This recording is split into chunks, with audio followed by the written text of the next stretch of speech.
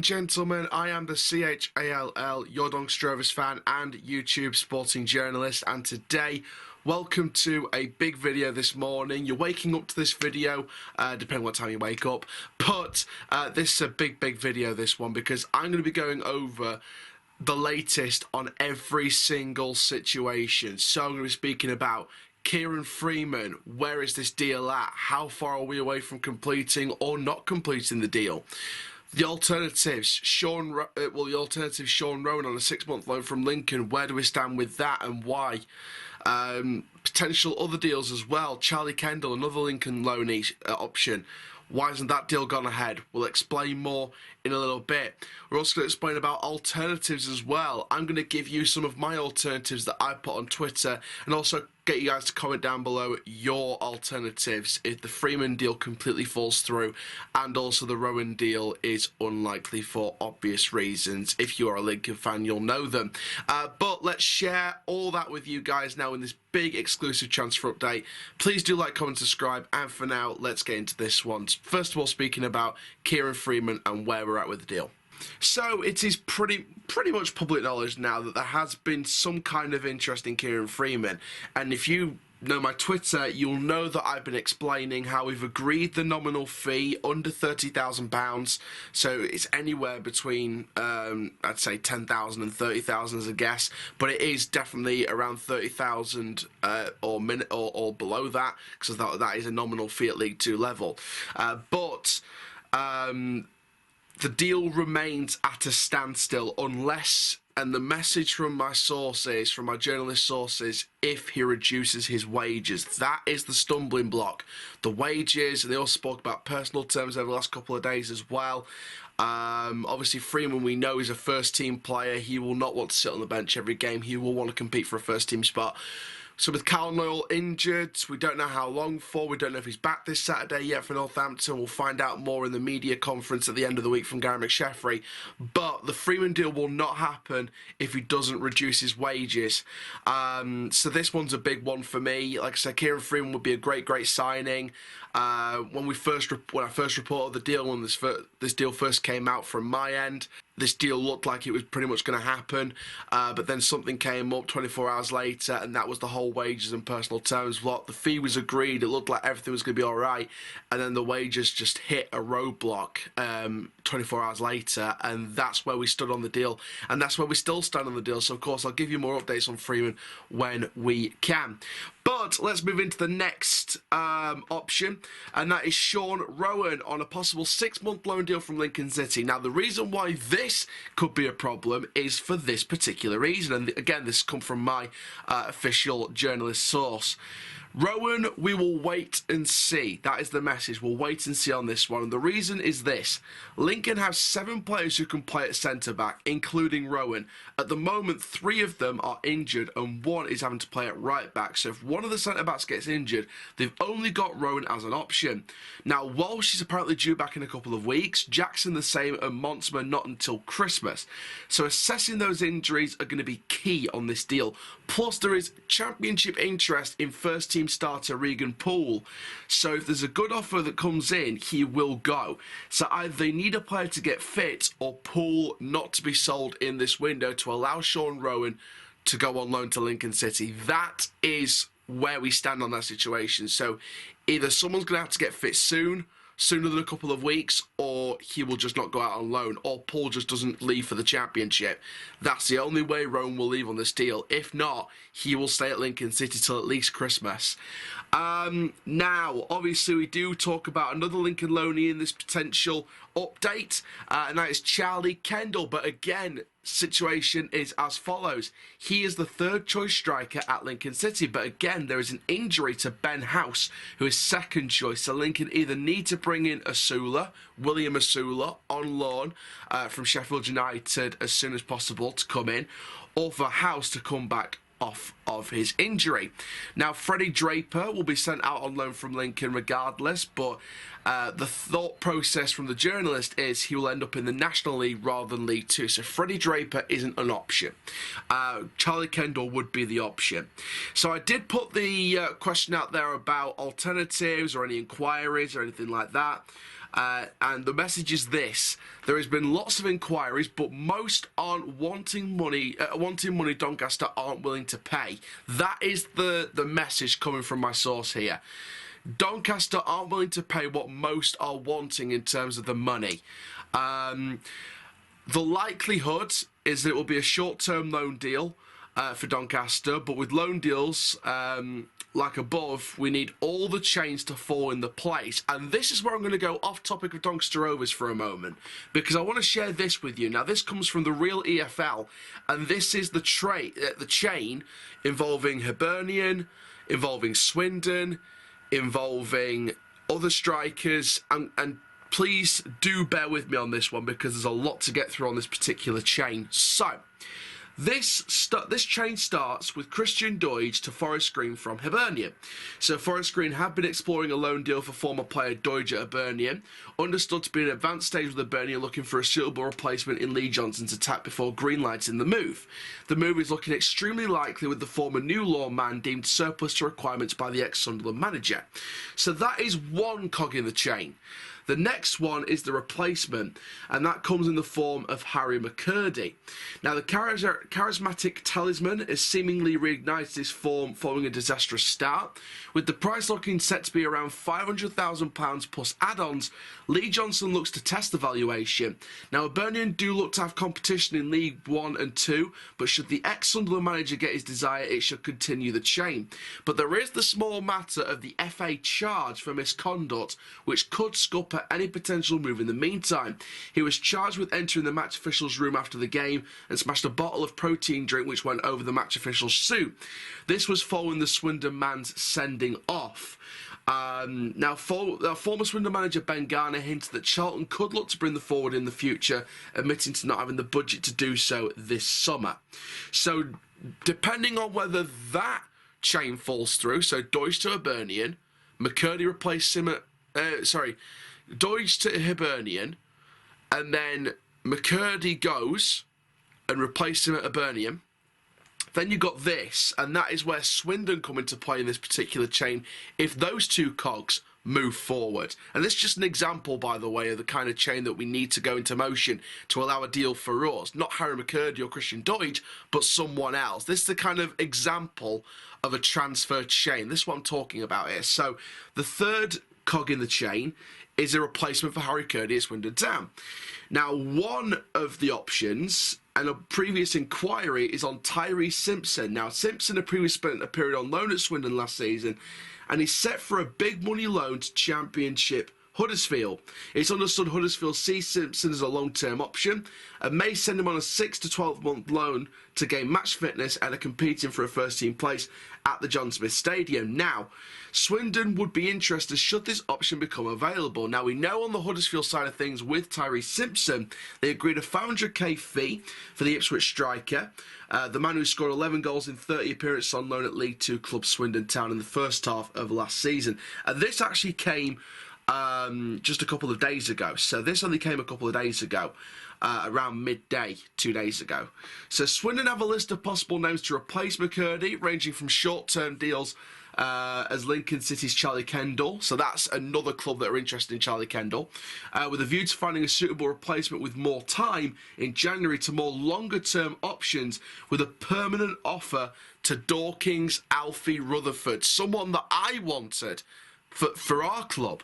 Now, none of these options have been inquired about at present, as they put their full attention to keeping Harry McCurdy.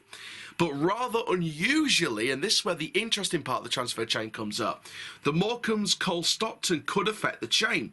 Now, Stockton has been attracting interest across League 1 and 2, with Fleetwood increasing their offer, as Port Vale look also set to test the £500k price tag set by Morecambe. Several other League 1 and Championship clubs have been monitoring the situation. However, if a move proves to become too difficult or unlikely, Harry McCurdy is seen as an alternative for many of these clubs.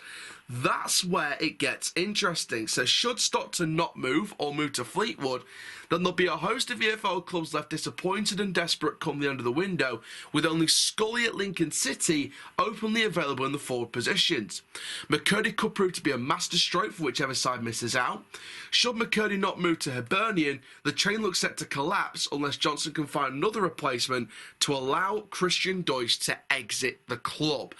This is just an example of one transfer chain, and this now links back to us, because, like I said, Sean Roughan or Charley Kendall, or both of them, on 6-month loan deals from Lincoln City.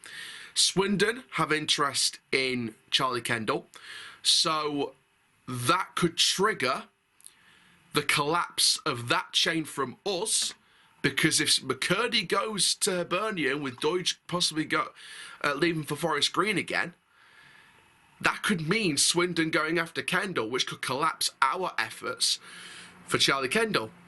Now, with Roughan, again, with the situation, Freeman, that deal is at a standstill unless he reduces his wages.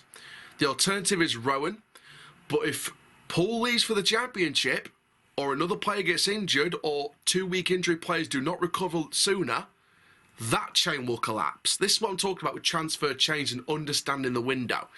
So that's where we stand on all of that. Now, in terms of alternatives and inquiries, like, I haven't got any names as of yet. I'll be brutally honest, I haven't got any names from my sources of yet in terms of the inquiries we've made.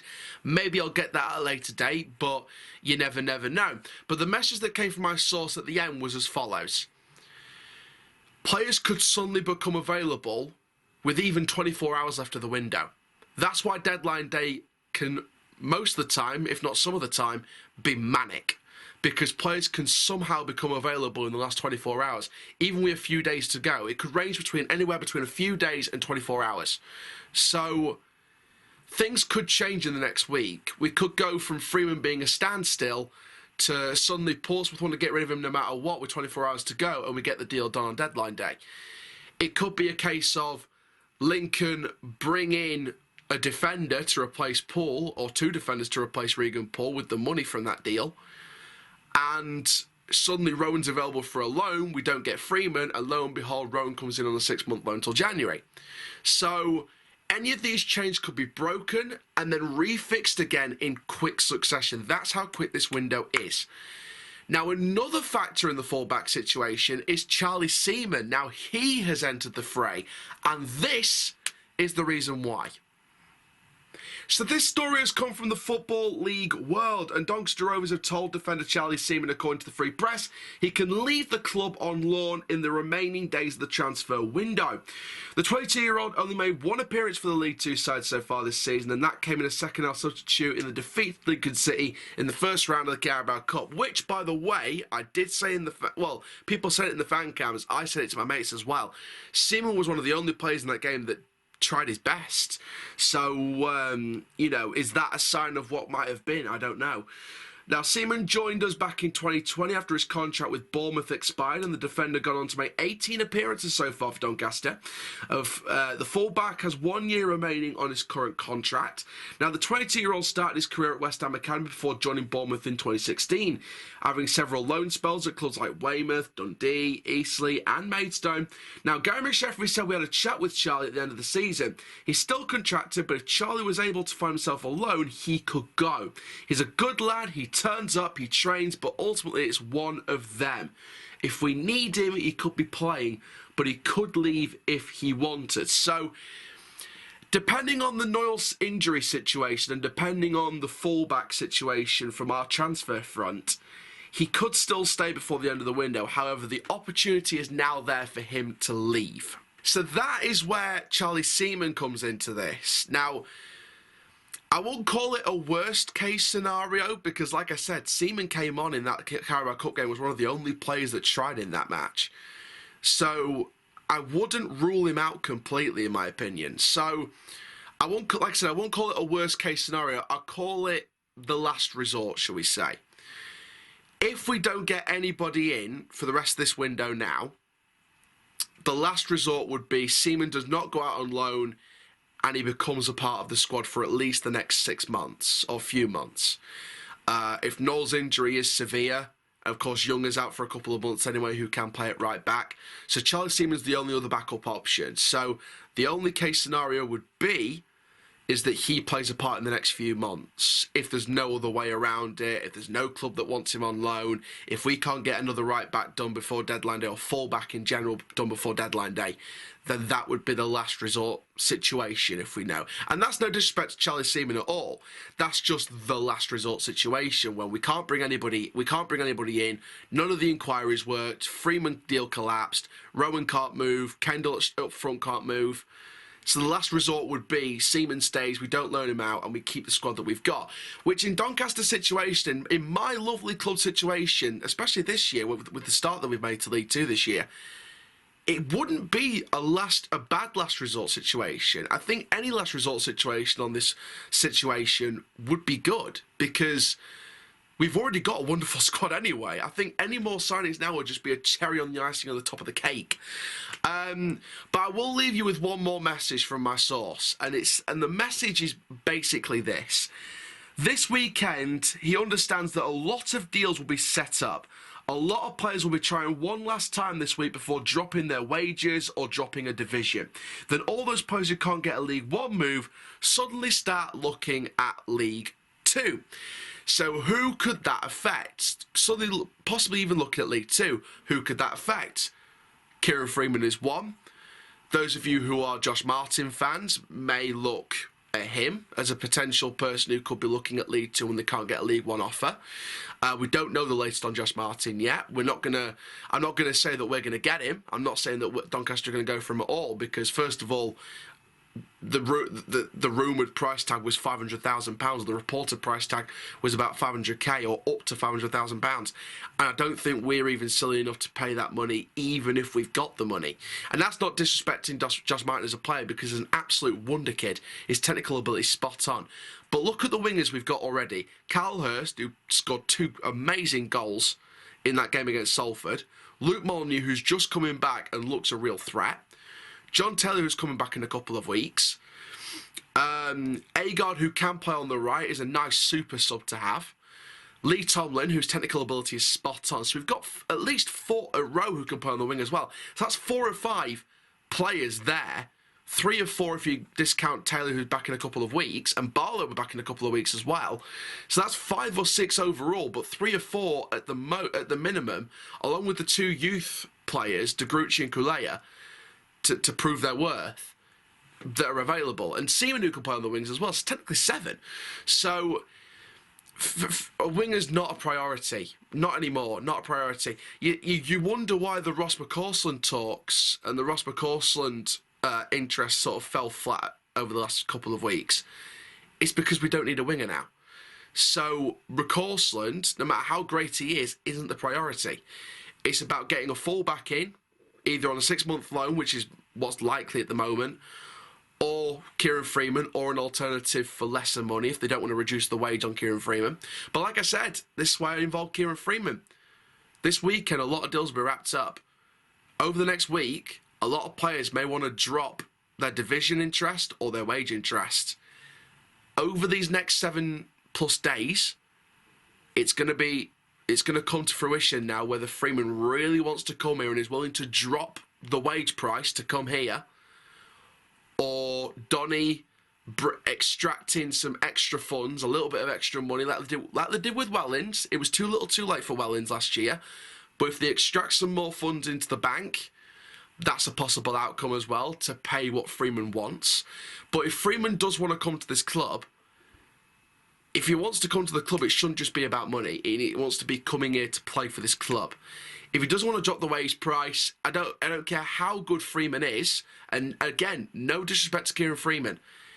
If he doesn't want to drop the wage price, even though he wants to come here, if he doesn't want to drop his wage price and we can't pay that, don't give in to player demands. Let the club take back control. Let the club take control of this deal. If he is refusing to drop his wage price that we can't pay, because we're not a bottomless pit, we're a self-funding club. We can't just go to Terry Bramwell and say, can you inject another few 100,000 or something like that. We're not that model anymore. People people do understand, but some people out there don't understand. We're not funded by the owners anymore. We're a self-funding club now. So we need to get it into our heads that we can't just throw £500,000 into the bank. So think about this from our budget. Our budget is nearly gone. We can only do probably one more deal, one more permanent deal if the money is at a certain level. So like I said, if Kieran Freeman does not drop his wage price, the club can only bring in a little bit more money. Like, we're probably talking maybe 10,000, 20,000 maximum, because that's the kind of nominal money we're paying at this level. Maybe not even that.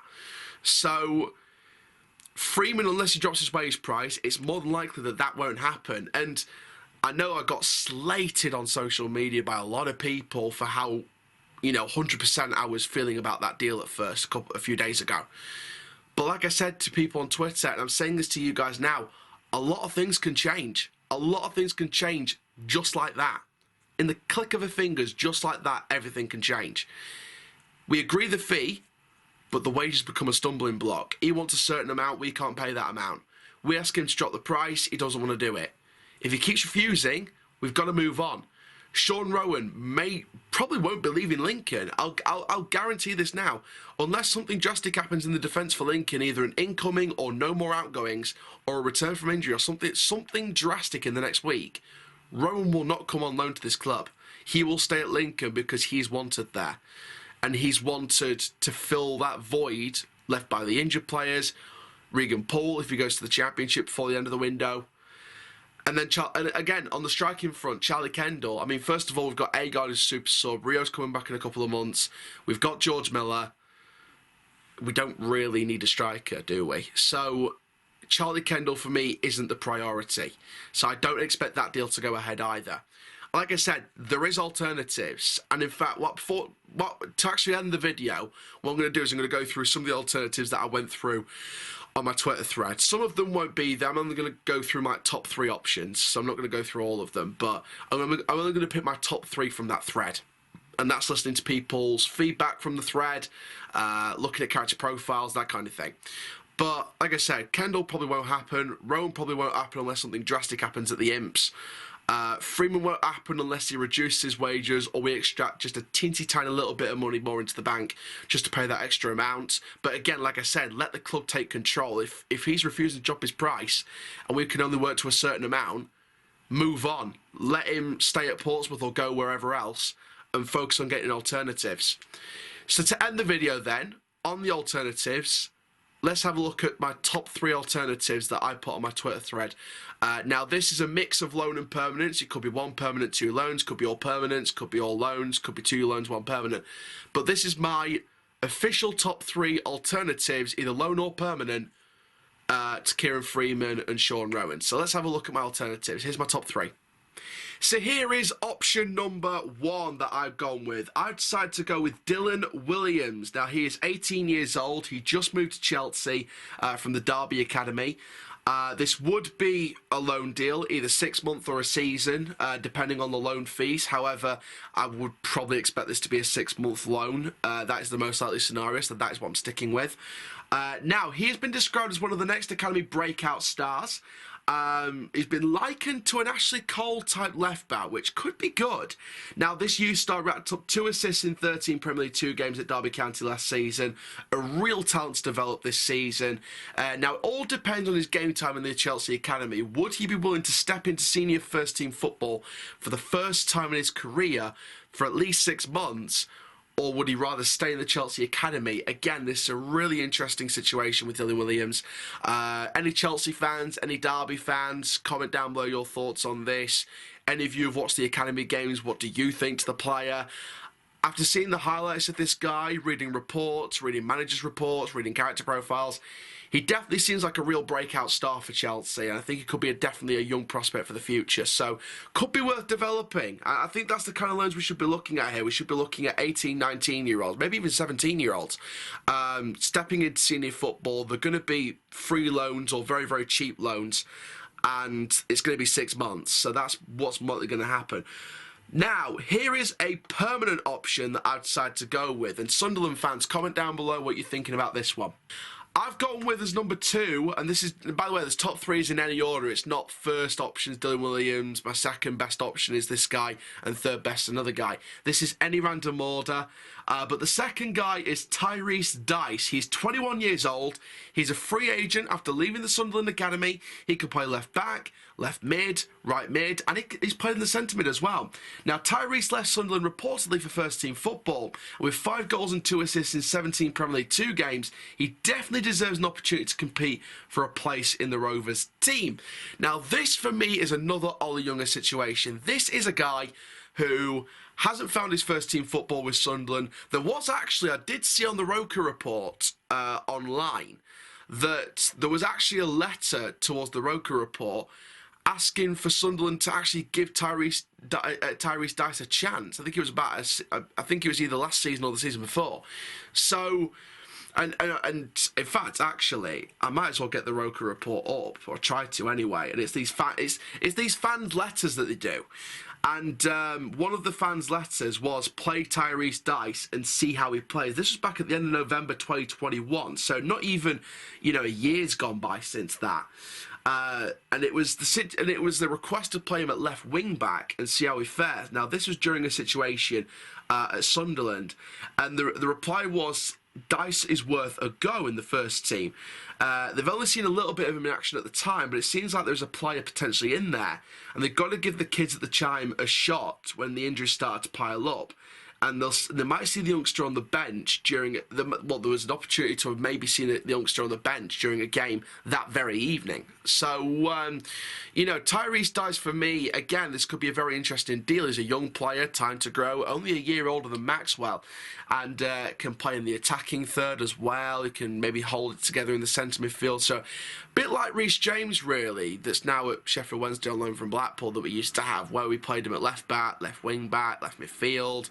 We played him at centre defensive midfield at one point under Darren Moore. So, Tyrese Dice for me, again, is a very versatile fullback, an attacking fullback as well, has attacking qualities, defensive qualities. So, and again, it's a free deal. It's a very free deal.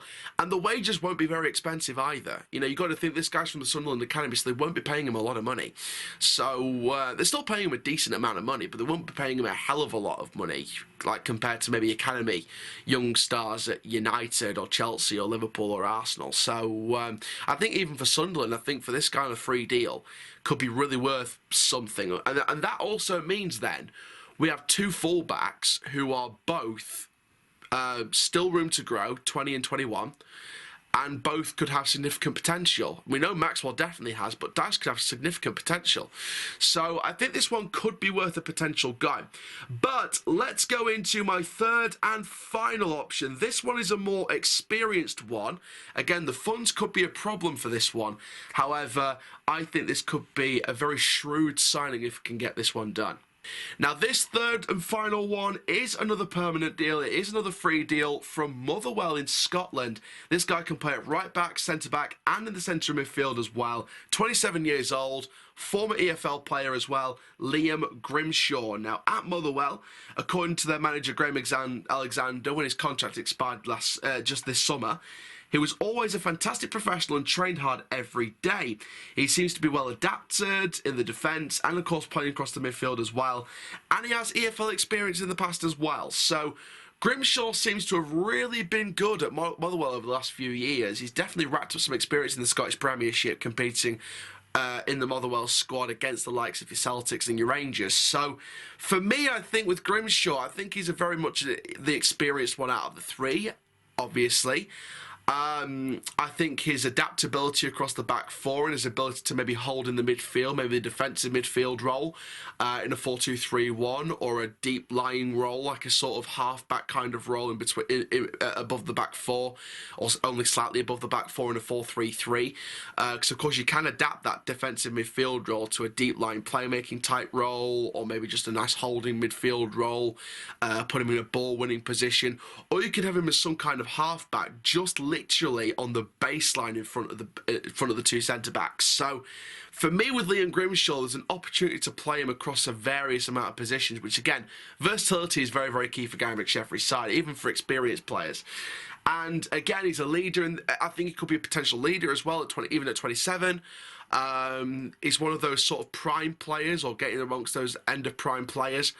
Someone that again has EFL experience in the past, and I think his time at Motherwell could treat him good to come back into English football. And Graham Alexander seems to rate his work ethic, his training ethic, and we need players like that. We need players who have a good work ethic in training and on the pitch as well, and we need professional heads as well. I think having professional heads is great for a serious football club. So in terms of character profile and manager profiles for the player, he definitely ticks those boxes. So Grimshaw for me is definitely an option. So Dylan Williams, Tyrese Dyson, Liam Grimshaw are my three options.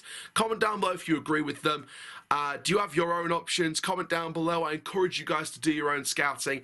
I am planning on potentially doing a video before deadline day. Now I am obviously off work for the Papa Johns. I'll see you guys at the stadium for that one next Tuesday.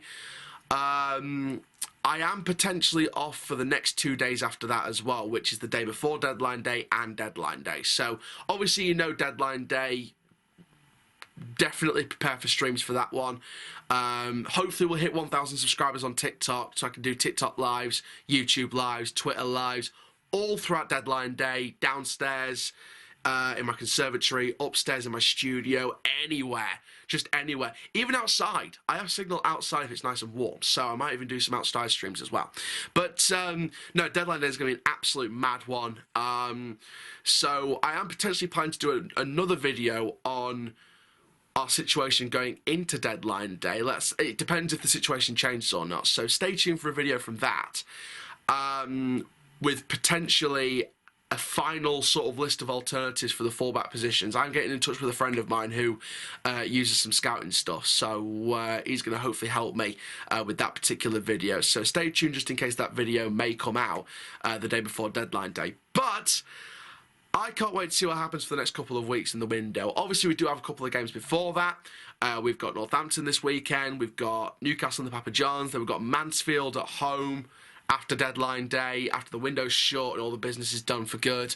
We start the day after start the month after deadline day with Mansfield at home before we go into those away trips to Hartlepool and Barrow. So really looking forward to them, and I hope really guys looking forward to the content. But that is the end of an action-packed video, a lot to get through. I do really appreciate you sticking with me in this video, guys. There was a lot to go through today. Charley Kendall, Sean Rowan, alternatives to Kieran Freeman, Kieran Freeman himself, the latest on deadline day, using an example of an EFL transfer chain and Scotland transfer chain, to be fair, with the whole striker situation involving Hibernian, Swindon, weirdly involving Cole Stockton, which these chains can do. So that was just an example, just to show you guys the example with Rowan, Freeman, and alternatives and inquired players. Chains can only keep moving when all the cogs are moving. If all the cogs aren't moving, the chain can't go anywhere. So it is a waiting game on most of these deals now. Freeman is still a waiting game. Kendall and Rowan are waiting games. Alternatives are waiting games. The inquiries we've made to whichever players we have, with more wanting us to pay what we can't pay, money we haven't got. You know, they're waiting games, they're ticking time bombs, and, you know, people that know me know I've been 100% honest throughout this whole saga. I've always kept you guys up to date. I've always kept you guys informed about what's happening. Yes, the Freeman deal started off as 100%, but then something happened, and that's just how the transfer business works. Something can go from 100% to 50-50 in literally 24 hours. So please bear with me on that. Obviously, if the Freeman deal doesn't go through, then obviously it is sad. You know, there is a sorriness about it.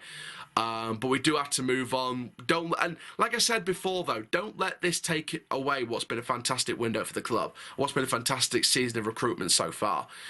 It's been a wonderful window. The squad's gelling together. We're still unbeaten in the league for now, and we're gelling together. So this is just the cherry on the icing on the top of the cake. So don't let this take away from a wonderful window at all. But that is it for this video, guys. Make sure you do like, comment, subscribe for more. And for now, I'm the CHALL your YouTube sports journalist, and that is full time. I'll see you guys for more content over this week.